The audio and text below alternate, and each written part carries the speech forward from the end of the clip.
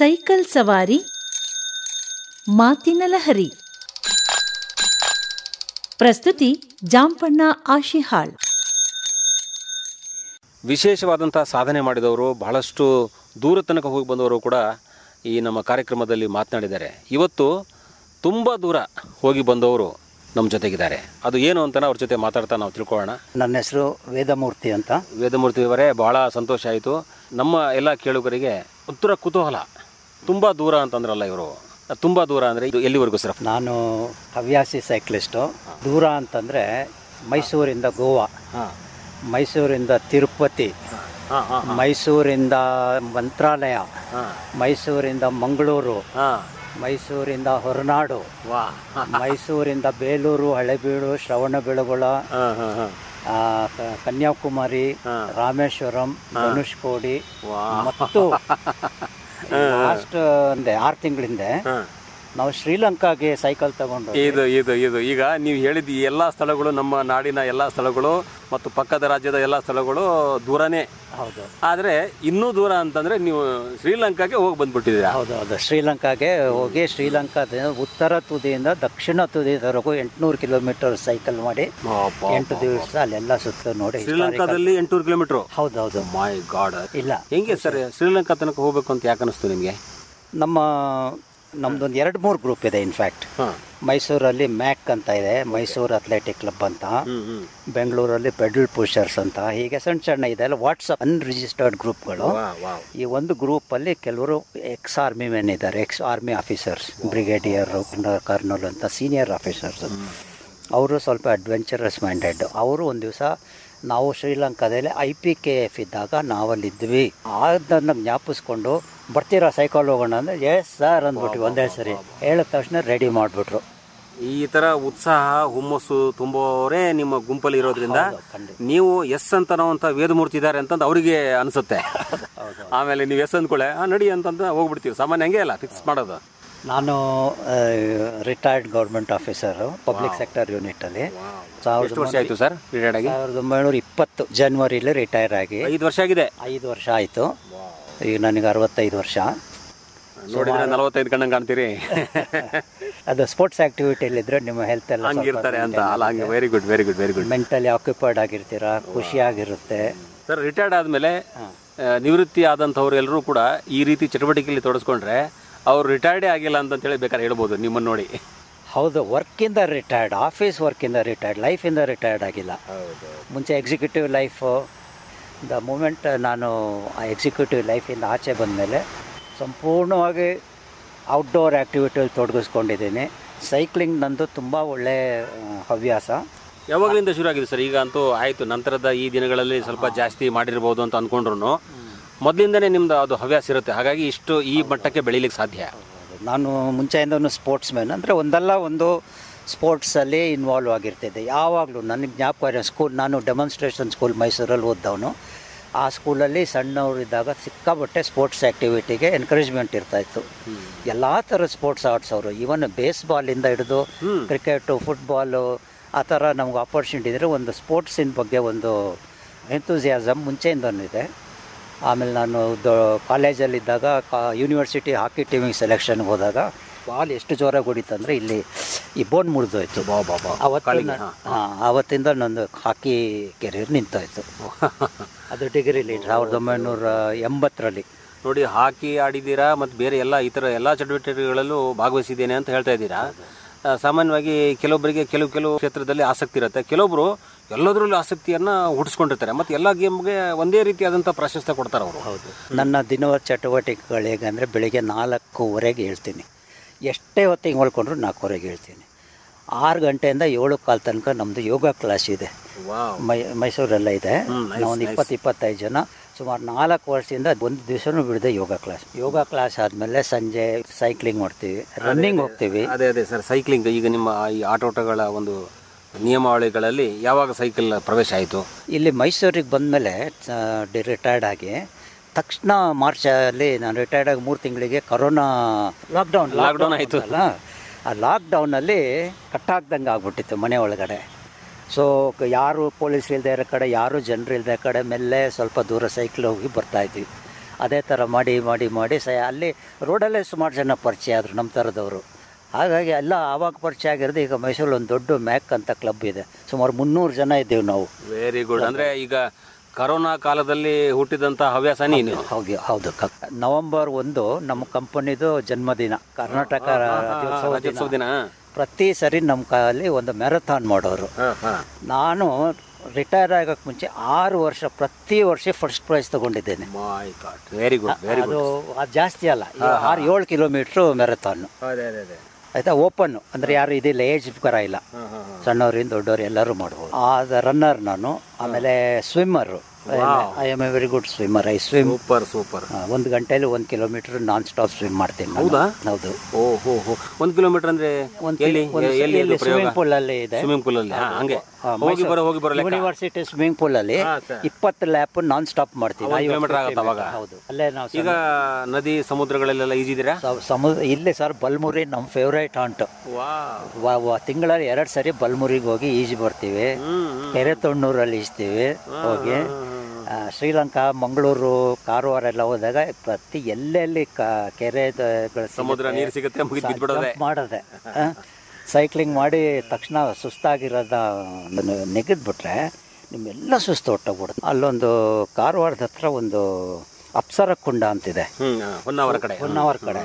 ಸುಮಾರು ಸಂಜೆ ಆಗ್ಬಿಟ್ಟಿದೆ, 6:45 ಅಷ್ಟೊತ್ತಿಗೆ ಸೈಕ್ಲಿಂಗ್ ಮಾಡಿ ಎಲ್ಲರೂ ಸುಸ್ತಾಗಿದೆ. ಪಕ್ಕದಲ್ಲಿ ಯಾರೋ ಹೇಳಿದ್ರು, ಸರ್ ಇಲ್ಲಿ ಅಪ್ಸರ ಕೊಂಡ ನೋಡಿದ್ದೀರಾ ಅಂತ. ನಡೀರಿ ನೋಡೇ ಬಿಡೋಣ ಅಂತ ಹೋಗಿ, ಯಾರು ಇಲ್ಲ ಸರ್ ಅಲ್ಲಿ, ಬರೀ ಕೊಂಡ. ಎಷ್ಟು ಚೆನ್ನಾಗಿದೆ ಅಂದರೆ ನೀರಲ್ಲಿ ಜಂಪ್ ಮಾಡಿ ಆ ಕತ್ಲೆಯಲ್ಲೇ 1 ಗಂಟೆ ಸ್ವಿಮ್ ಮಾಡಿ ಈಚೆ ಬಂದರೆ ಎಲ್ಲರೂ ಒಂಥರ ಏನು ಅಮೃತದಲ್ಲಿ ನೆಂದು ಬಂದಂಗೆ ಎಲ್ಲರೂ ರೆಡಿ ಅಲ್ವಾ. ನೋಡಿ ಮತ್ತೆ ರೆಡಿ ಆಗ್ಬಿಟ್ರಿ. ಅಷ್ಟು ರಿಲ್ಯಾಕ್ಸಿಂಗ್ ಆಕ್ಟಿವಿಟಿ. ಕೊಂಡ ಎಲ್ಲ ನಾವು ಹೋಗಿ ಬಂದಿದ್ವಿ, ಯಾಕಂದ್ರೆ ನಾವು ಕಾರವಾರದಲ್ಲಿ ಕೆಲಸ ಮಾಡ್ತಿರ್ಬೇಕಾದ್ರೆ ಅಲ್ಲೆಲ್ಲ ಹೋಗಿದ್ದೀವಿ. ಭಾಳ ವಿಶೇಷ ಅಂದರೆ ಕೆಲವು ಸ್ಥಳಗಳನ್ನು ನಾವು ಇವತ್ತು ನೆನಪು ಮಾಡ್ತಾ ಇದ್ದೀವಿ ನೋಡಿ. ಆಫ್ಕೋರ್ಸ್ ನಮ್ಮಲ್ಲಿರುವಂತಹ ಚೈತನ್ಯ, ನಮ್ಮ ಮಾನಸಿಕ ಸ್ಥೈರ್ಯ ಅವೇ ತುಂಬ ಕೆಲಸ ಮಾಡ್ತವೆ. ಸೈಕ್ಲಿಂಗ್ ಮಾಡ್ಬೇಕಂದಾಗ ಅವು ಬಹಳ ಮುಖ್ಯ. ಶ್ರೀಲಂಕಾವರೆಗೂ ಹೋದ್ರಲ್ಲ ಸರ್ ನೀವು, ಈಗ ಅಲ್ಲಿ 800 ಕಿಲೋಮೀಟರ್ ಓಡಿಸಿದ್ರ, ಹೇಗೆ ಹೋದ್ರಿ ಅಂತ ಹೇಳಿ ನೋಡೋಣ. ಇಲ್ಲಿಂದ ನಾವು ಜೀಪಲ್ಲಿ ಸೈಕಲ್ ಹಾಕೊಂಡು ತಮಿಳ್ನಾಡಲ್ಲಿ ನಾಗಪಟ್ಟಿಣಂ ಅಂತ ಒಂದು ಜಾಗ ಇದೆ. ಸರಿ. ಅದು ಫಾರ್ಮರ್ ಡಚ್ ಪೋರ್ಟ್. ಅಲ್ಲಿಂದ ಫೆರಿ ಹೋಗುತ್ತೆ ಶ್ರೀಲಂಕಾಗೆ. ಓಕೆ. ಅವ್ರನ್ನ ಹೆಂಗೋ ಪರಿಚಯ ಮಾಡಿ ಮಾತಾಡಿಕೊಂಡು ಸೈಕಲ್ ತಗೊಂಡು ಹೋಗೋ ಬಿಡಲ್ಲ. ನಾವು ಸೈಕ್ಲಿಸ್ಟ್ ಅಂತ ರಿಕ್ವೆಸ್ಟ್ ಮಾಡಿದ್ಕೆ ಸೈಕಲ್ ಇಡಕ್ಕೆ ಜಾಗ ಇಲ್ಲ. ಆಮೇಲೆ ಡೆಕ್ಕಲ್ಲಿ ಇಡ್ತೀನಿ ಅಡ್ಜಸ್ಟ್ ಮಾಡಿಬಿಟ್ಟು, ಅದು ಗೌರ್ಮೆಂಟ್ ಆಫ್ ಇಂಡಿಯಾ ಮತ್ತೆ ಶಿಪ್ಪಿಂಗ್ ಕಂಪನಿ ಎಲ್ಲ ಸೇರಿ, ಗೌರ್ಮೆಂಟ್ ಆಫ್ ಶ್ರೀಲಂಕಾ 3 ಜನ ಸೇರಿ ಆ ಫೆರಿ ನಡೆಸ್ತಾರೆ 4 ತಿಂಗಳು. ಅದು 4 ಗಂಟೆ ಜರ್ನಿ ನಾಗಪಟ್ಟಿಣಂ ಇಂದ ಶ್ರೀಲಂಕಾವರೆಗೂ. ಹೌದು, ಶ್ರೀಲಂಕಾ 120 ಕಿಲೋಮೀಟರ್ ಏನೋ ಇದೆ. 4 ಅವರ್ಸ್ ಓನ್ಲಿ. ಅಂದ್ರೆ ಶ್ರೀಲಂಕಾಕ್ಕೆ ಬೇಗ ಹೋಗ್ಬೇಕಂದ್ರೆ ಅಲ್ಲಿಂದ ಹೋಗ್ಬಿಟ್ರೆ ನಡೀತದೆ. ನೀವು ಹೇಳಿದಂಗೆ ಫೆರಿನಲ್ಲಿ ಹೋಗಿದ್ದೀರಿ. ಅದಕ್ಕೆ ಬೇರೆಯವರು ಸಾಮಾನ್ಯ ಜನರು ಹೋಗ್ಬೋದಾ? ಸಾಮಾನ್ಯ ಇರುತ್ತೆ, ಅದು ಓಪನ್ ಎಲ್ಲರಿಗೂ. ಬಟ್ ವರ್ಷ ಪೂರ್ತಿ ನಡೆಯಲ್ಲ. ಹೈ ಟೈಡ್ಸ್, ಹೈ ಸಿ ಬಂದಾಗ ಸ್ಟಾಪ್ ಮಾಡ್ತಾರೆ. ಮಳೆಗಾಲದಲ್ಲಿ ಅದು ಡೇಂಜರಸ್. ಯಾವ ತಿಂಗಳಲ್ಲಿ ಹೋಗ್ಬೇಕು ಅಲ್ಲಿ ಹೋದ್ರೆ ಸೆಪ್ಟೆಂಬರ್ ಇಂದ ಜನವರಿ ಮಾರ್ಚ್ ತನಕ ಹೋಗ್ಬೋದು. ಅಂದ್ರೆ ಯಾಕಂದ್ರೆ ನಮ್ ಕಾರ್ಯಕ್ರಮ ಕೇಳೋರು ಈಗ ಸೈಕಲ್ ತಗೊಂಡು ಹೋಗಲ್ಲ, ಸುಮ್ಮನೆ ಹೋಗಿ ಬರ್ಬೇಕಂದ್ರೆ ಹೋಗಿ ಬರ್ಬೋದು. ಶ್ರೀಲಂಕಾ ನಮ್ಮ ಪಕ್ಕ ದೇಶ ಆದ್ರೂ ಬೇರೆ ಯಾವುದೇ ಪಾಸ್ಪೋರ್ಟ್ ವೀಸಾ ಎಲ್ಲ ಬೇಕಾ? ಅಲ್ಲಿ ವೀಸಾ ಅರೈವಲ್ ಅಂತ, ನಿಮ್ಗೆ ವೀಸಾ ಬೇಕಾಗಲ್ಲ. ಪಾಸ್ಪೋರ್ಟ್ ತಗೊಂಡೋದ್ರೆ ಅಲ್ಲಿ ತುಂಬ ಚೆನ್ನಾಗಿದೆ ಕಂಟ್ರಿ, ಜನರು ತುಂಬ ಒಳ್ಳೆಯವರು. ಅಲ್ಲಿನ ಅನುಭವನೇ ಬೇರೆ ರೀತಿ. ಅಷ್ಟು ಸಣ್ಣ ಕಂಟ್ರಿ ಅಷ್ಟು ಡೆವಲಪ್ ಆಗಿದೆ ಅಂತ ನಮಗೆ ಆಶ್ಚರ್ಯ. ಅವ್ರು ತುಂಬ ಕಷ್ಟದಲ್ಲಿದ್ದಾರೆ ಎಕನಾಮಿಕ್ ಕಂಡೀಷನ್ನು, ಆದರೂ ಕೂಡ ಅವ್ರ ಸಿಸ್ಟಮು, ರೋಡ್ಗಳು, ಬಿಲ್ಡಿಂಗು, ಕ್ಲೀನ್ಲಿನೆಸ್ಸು, ಇದು ಏನು ಒಳ್ಳೆತನ. ಯಾರು ದುಡ್ಡನ್ನು ಹಿಂಗಿಸ್ಕೊಳ್ತಾರೆ. ತುಂಬ ಒಳ್ಳೆ ಜಾಗ. ನಮ್ಮ ಪಕ್ಕದಲ್ಲೇ ಇಷ್ಟೊಳ್ಳೆ ಜಾಗ ಇದೆ ಅಂತ ನಾವು ಅಮೆರಿಕ ಅಲ್ಲಿ ಇಲ್ಲಿ ಹುಡ್ಕೊಂಡು ಹೋಗ್ತೀವಿ. ನೋಡಿ ಸುತ್ತಮುತ್ತಲು ಇರೋ ಜಾಗ ನೋಡಿ. ನಮ್ಮ ಇಲ್ಲೇ ಶ್ರೀಲಂಕಾ, ನೇಪಾಳ ಇಲ್ಲೆಲ್ಲ ನಾವು ಸುಲಭವಾಗಿ ಹೋಗಿ ಬರುವಂತ ದೇಶಗಳು. ಆಮೇಲೆ ಚೆನ್ನಾಗಿದೆ. ಈಗ ಅಲ್ಲಿಂದ ನೀವು ಮೊದಲ ಈಗ ಈ ಫೆರಿನಲ್ಲಿ ಹೋಗಿ ತಲುಪಿದ್ದು ಯಾವ ಸ್ಥಳಕ್ಕೆ ಶ್ರೀಲಂಕಾದಲ್ಲಿ? ಅಲ್ಲಿ ಕಂಕೇಸಂತುರೈ ಅಂತ. ಕಂಕೇಸಂತುರೈ ಅದು ಜಾಫ್ನಾ ಹತ್ರ ಇದೆ. ಆ ಕಂಕೇಸಂತುರೈ ಎಂಟ್ರಿ ಪೋರ್ಟ್. ಅಲ್ಲಿ ಎಂಟ್ರಿ ಆಗಿ ಅಲ್ಲಿ ಎಮಿಗ್ರೇಷನ್ ಮಾಡಿಕೊಂಡು ಅಲ್ಲೇ ಸೈಕಲ್ ಎತ್ಕೊಂಡು ಅಲ್ಲಿ ತಕ್ಷಣ ಸೈಕಲ್ ಶುರು ಮಾಡಿ 36 ಕಿಲೋಮೀಟರ್ ದೂರದಲ್ಲಿ ಜಾಫ್ನಾದಲ್ಲಿ ಹೋಟ್ಲ್ ಬುಕ್ ಮಾಡಿದ್ವಿ. ನೆಕ್ಸ್ಟ್ ಡೇ ದಿವಸ ಅದೇ ರೀತಿ ನಾರ್ತ್, ಅದು ನಾರ್ತ್ ಇಂದ ಸೌತ್ ತನಕ ದಿವಸ 120-130 ಎಷ್ಟಾಗುತ್ತಷ್ಟು ಅಲ್ಲಿ ಹಿಸ್ಟಾರಿಕಲ್ ಸ್ಪಾಟ್ಗಳು, ಸಿಗರಿಯಾ, ಕೊಲಂಬೋ, ಆಮೇಲೆ ಬುದ್ಧಿಸ್ಟ್ ಪ್ಲೇಸಸ್ ತುಂಬ ಇದೆ, ಚೆನ್ನಾಗಿದೆ. Okay, nice. ಆ ಎಲ್ಲ ಪ್ರದೇಶಗಳು ಅಲ್ಲಿ ಎಷ್ಟೆಷ್ಟು ದೂರ ಸಾಧ್ಯ ಆಗುತ್ತೆ ನೀವು ಹೋಗ್ತಾನೆ ಅಲ್ಲಿ ಸೈಕ್ಲಿಂಗ್ ಮಾಡಿದಿರಿ? ಸೈಕ್ಲಿಂಗ್ ಮಾಡಿ ನಾವು ಏನು ಅಂದ್ಕೊಂಡಿದ್ವಿ, ಸೈಕ್ಲಿಂಗ್ ಶ್ರೀಲಂಕಾ ತನಕ ಅಂದರೆ ಇಲ್ಲಿ ಮೈಸೂರಿಂದನೇ ಅಂತ ಅನ್ಕೊಳ್ಳೋದು ಬೇಡ. ಅಂದರೆ ಅಫ್ಕೋರ್ಸ್ ನೀವು ಆ ತಾಕತ್ತಿತ್ತು ಅಂದರೆ ತುಂಬ ದಿನ ಬೇಕಾಗುತ್ತೆ. ಇಲ್ಲಿಂದ ನೀವು ಅಲ್ಲಿವರೆಗೆ ಹೋಗ್ಬೇಕು. ಯಾವುದು ನಾಗಪಟ್ಟಣಂ ತನಕ ಹೋಗ್ಬೇಕು. ಅಲ್ಲಿಂದ ಮತ್ತೆ ಮುಂದೆ ಅಂತಂದ್ರೆ ಬಹುಶಃ ಎಕ್ಸಾಸ್ಟ್ ಆಗೋ ಸಾಧ್ಯತೆಗಳಿರ್ತವೆ ಅಥವಾ ಟೈಮ್ ಇರಲ್ಲ. ಹೌದಾ, ಎಕ್ಸಾಸ್ಟ್ ಆಗಲ್ಲ. ಸಾರಿ, ನಾವು ಸೈಕ್ಲಿಸ್ಟ್ಗಳಿಗೆ ಎಕ್ಸಾಸ್ಟ್ ಅಂತ ಹೇಳೋಂಗಿಲ್ಲ. ಯಾಕಂದ್ರೆ ಅಷ್ಟು ಒಂದು ಆತ್ಮಸ್ಥೈರ್ಯ, ಒಂದು ಶಕ್ತಿಯನ್ನ ಅವರು ಡೆವಲಪ್ ಮಾಡ್ಕೊಂಡಿರ್ತಾರೆ, ಅದರ ರೂಢಿ. ಈ ಆಕ್ಟಿವಿಟಿಯಿಂದ ಒಂದು ತೋರಿಸ್ತೀನಿ. ಸರಿ, ತೋರಿಸಿ. ನಾನು ಪ್ರತಿ ವರ್ಷ ಒಂದು ಅದು ರೆಕಾರ್ಡ್ ಆಗುತ್ತೆ. ಅದಕ್ಕೆ ಆಕ್ಟಿವಿಟಿ ಮಾಡಿದಾಗ ನೀವು ರೆಕಾರ್ಡ್ ಮಾಡ್ಕೊಳ್ಬೇಕು. ಇದು ನೋಡಿ, ನಾನು 1924 ರೆಕಾರ್ಡ್ 23ರಿಂದ 24 ನೀವು ಹೆಂಗೆ ಇಂಪ್ರೂವ್ ಮಾಡಿದ್ದೀರಾ ಅಂತ ತೋರಿಸ್ತಾ ಇದೆ. 365 ದಿವಸದಲ್ಲಿ 325 ದಿವಸ ನಾನು ಆಕ್ಟಿವಿಟಿ ಮಾಡಿದ್ದೀರಿ. ಆಮೇಲೆ ಎಲಿವೇಶನ್ ಅಂದ್ರೆ ಎಷ್ಟು ಎತ್ತರ ತನಕ ಹೋಗಿದ್ದೀರಾ? Total 75,277 metre. ಆಮೇಲೆ 944 ತಾಸು ಸೈಕಲ್ ಮಾಡಿದಿರಿ. ಇದು ಬರೀ ಕೆಲವೇ ದಿನದ್ದು, ಒಂದು ವರ್ಷದ ಮಾತ್ರ.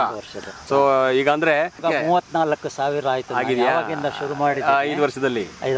ನೋಡಿ, ಕೊರೋನಾ ಕಾಲದಲ್ಲಿ ಸ್ವಲ್ಪ ರಿಸ್ಟ್ರಿಕ್ಷನ್ ಇತ್ತು, ಸ್ವಲ್ಪ ಭಯಾನೂ ಇತ್ತು ನಿಮ್ಗೆ. ಅನ್ಕೊಳ್ಳಿ, ಎಲ್ಲಿ ಬೇಕಲ್ಲಿ ಹಂಗೆ ನುಗ್ಗೋದು ಬೇಡ ಅಂತ ನೀವು ಸ್ವಲ್ಪ ಕಡಿಮೆ ಮಾಡಿರ್ಬೋದು.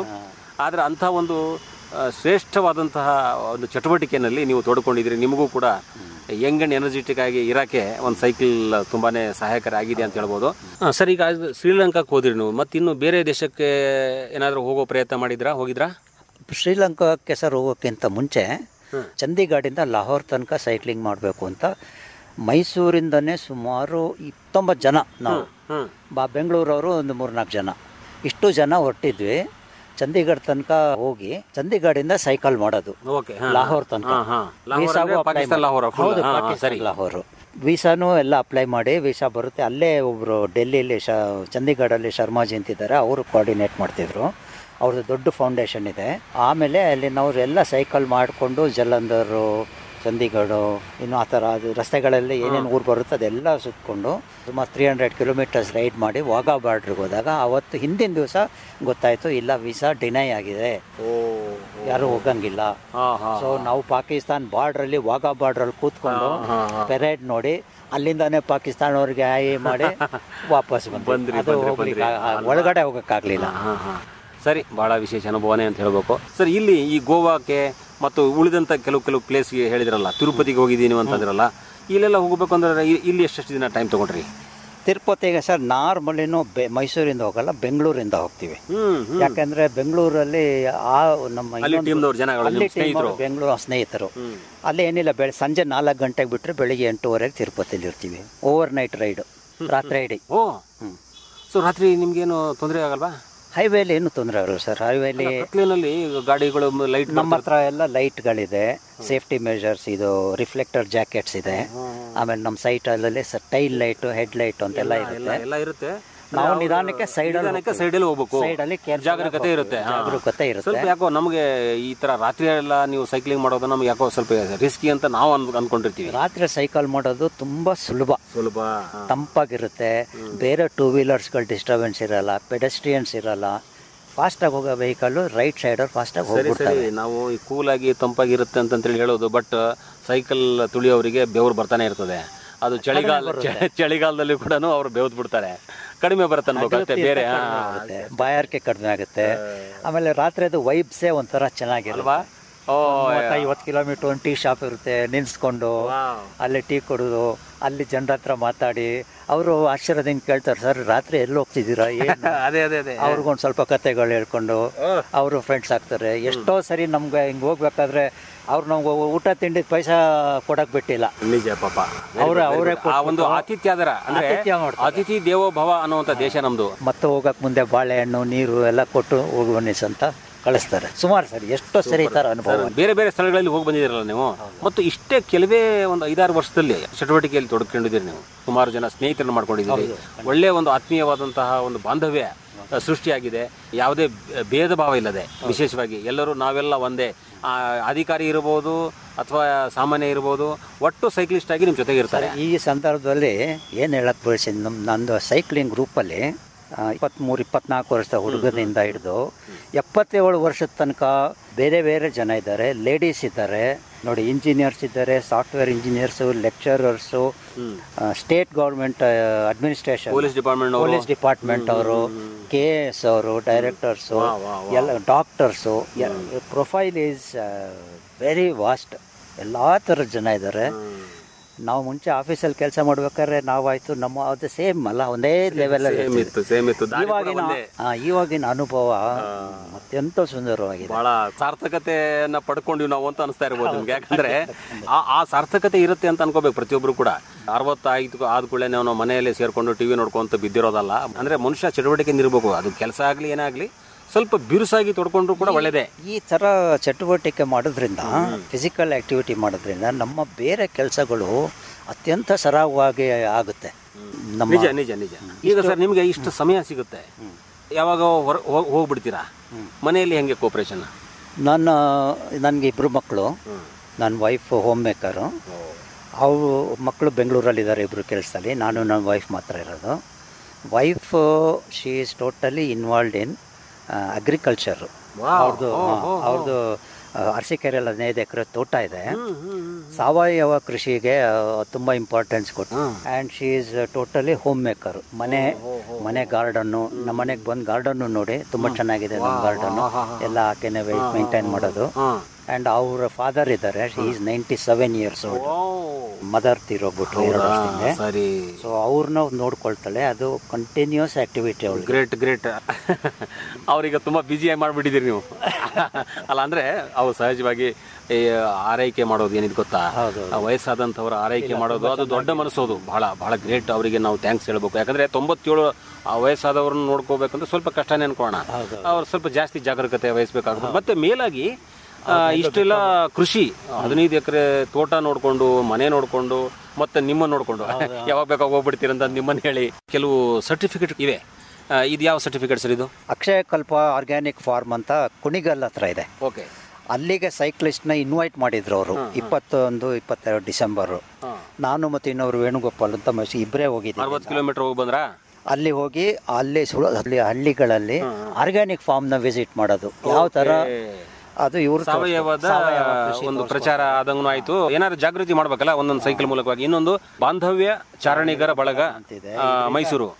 ಇದರಿಂದ ನಾವು ಬಾದಾಮಿ, ಐಹೊಳೆ ಪಟ್ಟೇಲ್ ಕಲ್ಲಿಗೆ ಇದು ಹೋಗಿದ್ವಿ, ಚಾರಣ ಹೋಗಿದ್ವಿ. ಅದು ನೆಕ್ಸ್ಟ್ ಐಶ್ವರ್ಯ ಫೌಂಡೇಶನ್ ನಮ್ಮ ಯೋಗ ಕ್ಲಾಸ್ ಇದು.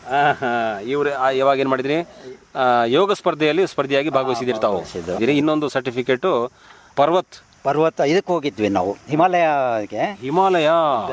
ಹಿಮಾಲಯದಲ್ಲಿ ಬಾಲಿ ಪಾಸ್ ಟ್ರೆಕ್ ಅಂತ. ಇದು ತುಂಬಾ ಡಿಫಿಕಲ್ಟ್ ಟ್ರೆಕ್. ಇದು 4950 ಮೀಟರ್ಸ್ ಮೇಲೆ ಅದಕ್ಕೆ ಜಡ್ಜ್ ಮಾಡ್ತಾರೆ, ಡಿಫಿಕಲ್ಟ್, ಮೀಡಿಯಮ್, ಈಸಿನೋ ಅಂತ. ಇದು ಮೀಡಿಯಂಗಿಂತ ಸ್ವಲ್ಪ ಜಾಸ್ತಿ ಡಿಫಿಕಲ್ಟ್. ಹೋದ ವರ್ಷ ಹೋಗಿದ್ದೀರಾ ನೀವು? ಸೆಪ್ಟೆಂಬರ್ ತಿಂಗಳಲ್ಲಿ ಟ್ರೆಕ್ ಮಾಡಿದ್ದೀರಾ? ಇದಕ್ಕೆ ಮುಂಚೆ ನೀವು ಟ್ರೆಕ್, ಈಗ ಈಜಿನ ಜೊತೆಗೆ ಟ್ರೆಕ್ ಕೂಡ ಅದೊಂದು ಸೇರ್ಕೊಂಡಿದ್ದೆ. ಹಿಮಾಲಯ ಟ್ರೆಕ್ 2-3 ಮಾಡಿದ್ದೀನಿ. ಹೌದಾ? ಹೌದು. Nice sir. ಬೇಕಾಗತ್ತೆ ಕೆಲವೊಂದು ಘಟನೆಗಳು ಏನೇನಾಯ್ತು ಅಂತ ಅನ್ನೋದು ನಾನು ನೋಡಿದಾಗನೇ ಅರ್ಥ ಆಗೋದು.